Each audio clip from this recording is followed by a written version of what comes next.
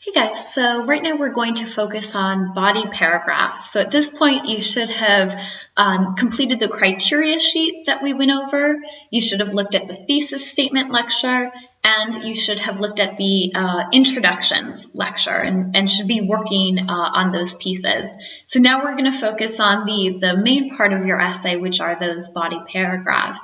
Something that may be useful to have out right now is your criteria sheet that you've been working on, because as you'll see, a lot of the meat and writing that you did in the results section should help you deeply as you begin working on your body paragraphs.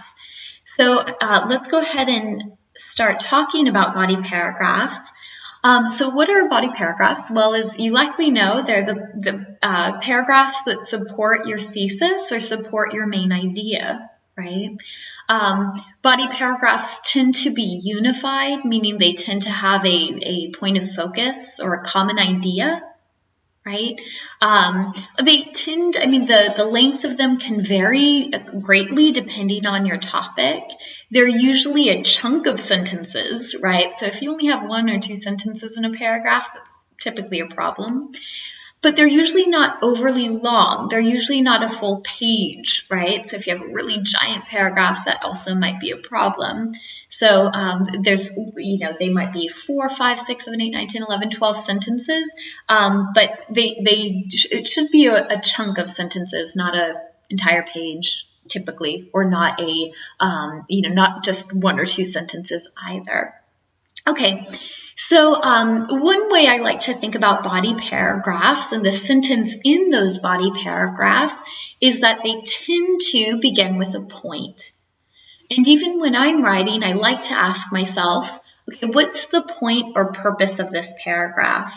And often that will help me create a first sentence, right? So for the paper we're working on, you might ask yourself, well, what's the point of focus that I want to look at in this paragraph? Do I want to focus on Majora Carter's tone?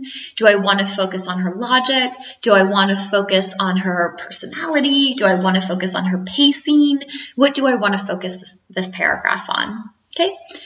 Most body paragraphs have information, right, that supports your point. So you might ask yourself, well, what information or details or examples do I need to provide to support my point?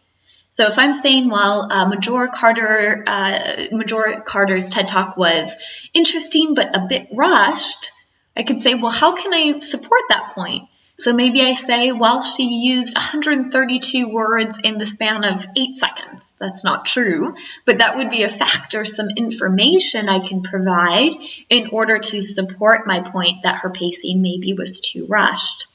And then finally, after you bring in some information, you typically explain yourself, and in an evaluation, you typically make the judgment about the facts that you provided. So you can ask yourself, well, why do these details that I've just included matter? So what? Who cares? So if I said, well, she uses 132 words in the span of 3 seconds, I could say, well, who cares about that? Why does that matter? Well, then I could move on to say that because she uses so many words and is quite rushed, it becomes hard to follow Carter's speech, and thus viewers become distracted and focus on what they're missing rather than what's being said, right? That could be how I explain my information. So what I would like us to do is look at a body paragraph from an evaluation of Majora Carter's talk, right? So here's the full paragraph, and then we're going to break it down into the point that's made, the information that's given, and the explanation that's offered, okay? And you can do this too if you'd like as we're going through this body paragraph. So the student writes, one of the strengths of Carter's speech is her ability to vary her tone to match the topic of focus.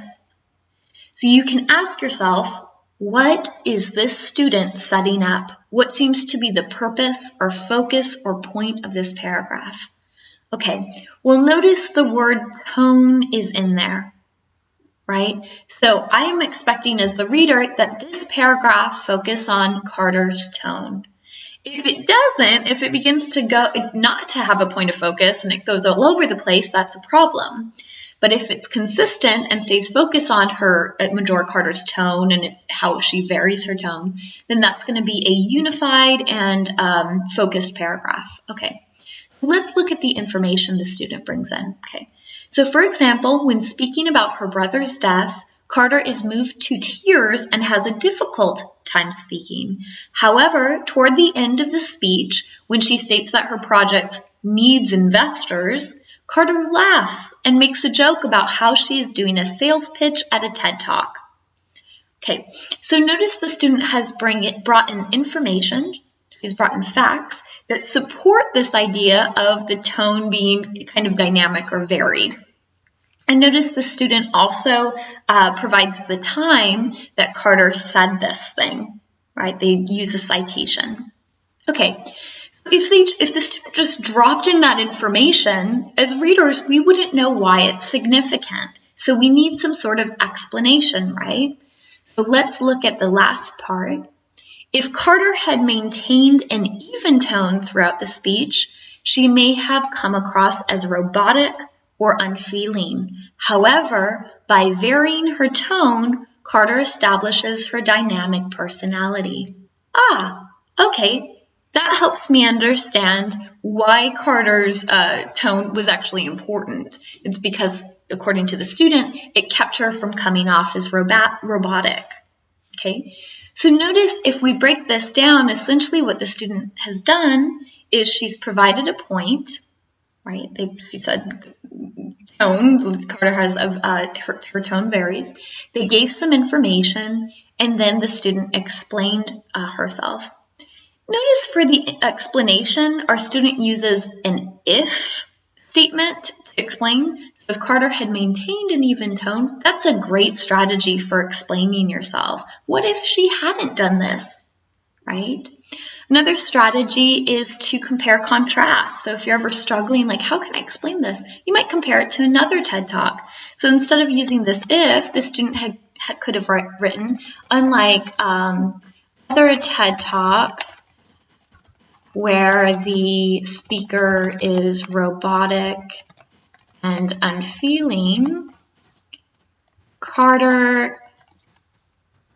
tone helps her, Carter's tone helps her build a warm, dynamic and dynamic personality. And instead of build, I might say foster. I could say helps to showcase her warm and dynamic personality. Notice how I can play around with my wording to best explain the point. So unlike, like a contrast is another great way to explain a point. Okay, so there's lots of templates or formulas to build a body paragraph. I hope that you're keeping up with the they say, I say readings, because that also provides some great information on how to build a paragraph. However, as you're working on your body paragraphs, I encourage you to go back to the pie paragraph if you're struggling and ask yourself, okay, what is my point? Right? What's the focus of this paragraph? Am I focusing on her tone? Am I focusing on her body language? Right? Provide some information, right? But don't forget to explain yourself. Always ask yourself, well, why is this information significant? And if you have to, you can say this information is significant, or this example illustrates, right? Okay, guys, I hope that's helpful, and good luck as you begin work on those body paragraphs.